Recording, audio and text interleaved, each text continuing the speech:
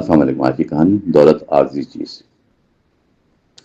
ایک سرسبز گاؤں خاموشی میں ڈوبا تھا۔ کھیتوں پر سنہری دھوپ بکھری ہوئی تھی، لوگ سادہ خاموش جیتے تھے، ہر طرف مٹی کی خوشبو پھیلی رہتی تھی۔ اس گاؤں میں ایک غریب کسان رہتا جس کا دل امید سے روشن رہتا تھا۔ وہ محنت کو قسمت سمجھ کر جیتا۔ اس کسان کا نام ریحان تھا۔ اس کی بیوی سلمہ نرم دل عورت، چھوٹا سا گھر محبت سے بھرا رہتا تھا۔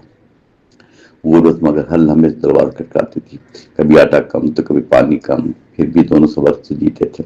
آنکھوں میں بہتر کل کے خواب بستے تھے۔ ریحان روز کھیتوں میں محنت کرتا تھا، ہاتھ زخمی مگر دل زندہ رہتا تھا۔ وہ تھکن کو خاموشی سے سہ لیتا تھا، رات میں گھر لوٹ کر مسکراتا رہتا تھا۔ رات میں سلمہ بھی ہمت باندھتی رہتی تھی، اس کی زندگی سادگی میں گزرتی رہتی تھی۔ ایک دن عجیب واقعہ پیش آیا۔ بارش کا موسم بہت سہانا ہو گیا۔ ریحان کھیت کے کنارے لکڑیاں چننے لگا۔ اچانک جھاڑی میں آواز سنائی دی۔ وہ حیرانی سے آہستہ سے آگے بڑھا۔ وہیں زخمی مرغی بیٹھی ہوئی تھی، اس کی پر پر مٹی سے بھرے ہوئے تھے۔ ریحان نے مرغی کو اٹھا لیا، اس کی آنکھوں میں عجیب چمک تھی، جیسے کوئی راز چھپا ہوا ہو وہاں۔ وہ اسے اپنے گھر لے آیا۔ سلمان نے بھی مرغی کو سنبھالا، فوراً دونوں نے اسے پانی اور دانہ دیا۔ چند دنوں میں مرغی تندرست ہو گئی۔ مرغی اب خاموش مگر عجیب سی تھی، وہ دوسروں جیسی حرکت نہیں کرتی تھی۔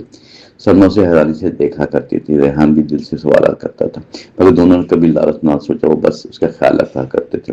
ایک صبح سورج ابھی نکلا ہی نہیں تھا، سلمہ دانے ڈالنے آئی تو صحن میں پہنچی، اس کی نظر اچانک زمین پر پڑی۔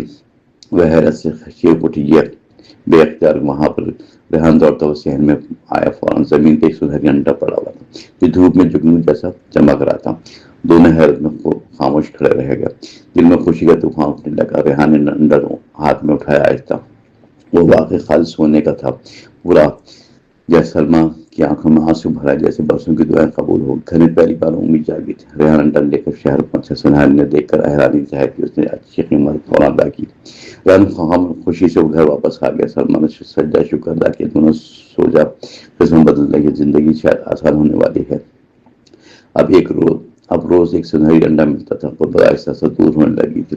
گھر میں خوشیوں کی روشنی ہونے لگی، پرانے برتن بدل گیا، نئے برتن آ گئے، ٹوٹا دروازہ بھی نیا لگوا دیا گیا۔ بچوں کے لیے کپڑے، کھلونے، گھر میں پہلی بار سکون محسوس ہوا۔ گاؤں والے حیرانی سے دیکھا کرتے تھے، ریحان کی قسمت اچانک کیسے بدل گئی۔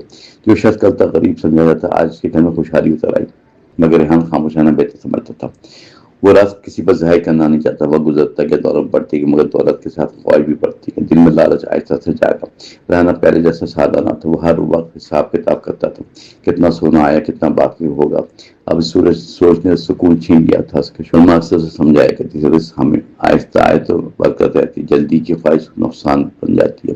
مگر ریحان پر دولت کا نشہ چڑھا تھا، وہ رات بھر جاگ کر سوچتا رہتا تھا، اگر مرغی کے اندر خزانہ چھپا ہوا تو کیوں نہ سب ایک بار مل جائے۔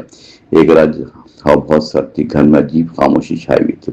ریحان کی آنکھوں میں نیند نہیں تھی، وہ مسلسل سنہرے انڈے سوچ رہا تھا۔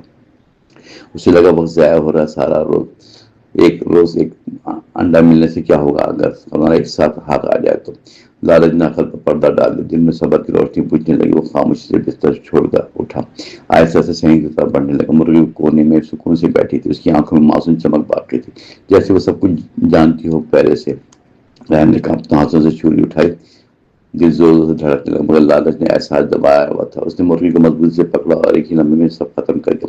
صحن میں خوفناک خاموشی پھیل گئی، ہوا بھی جیسے رک سی گئی ہو وہاں۔ ریحان جلدی سے مرغی کو کھولنے لگا، اسے امید تھی کہ خزانے کا لائے گا، سونے کے ڈھیر سامنے آ جائیں گے، مگر اندر سے کچھ بھی موجود نہ، صرف آم جسے موزون نظر آئے۔ اس سکتے میں بیٹھ گیا، خاموشی اس کی دل دنیا پل بھر میں بکھر گئی۔ سلمہ دوڑتی ہوئی باہر آئی، اس نے منظر دیکھا تو کانپ گئی، آنکھوں سے بے اختیار آنسو بہنے لگے۔ وہ درد سے ریحان کو دیکھتی رہی، اب تم نے اپنی خوشی خود مار ڈالی، صبر کا پھل ہمیشہ میٹھا ہوتا ہے، لالچ انسان کو اندھا کر دیتا ہے۔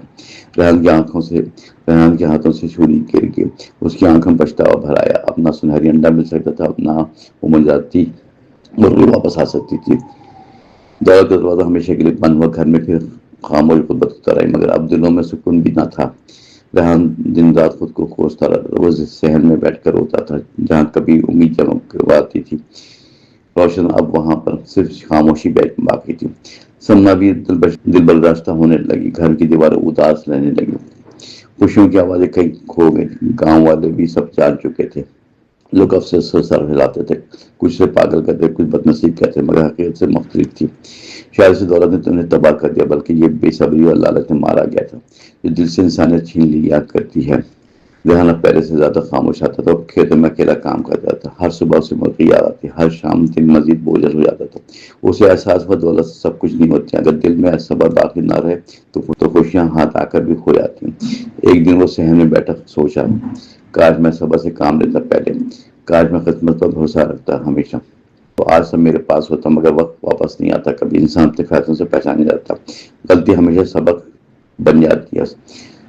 سلمان نے آہستہ اس کا ہاتھ تھاما، زندگی بھی مکمل نہیں ہوئی ہے ریحان، انہیں غلطی مان لینا بھی ہمت ہوتی ہے، اگر دل بدل جائے تو راستہ ملتا ہے، تو تم پھر محنت سے جینا سیکھ لو، شرط صرف اتنی ہوگی کہ لالچ کو کبھی دل میں جگہ نہ دینا۔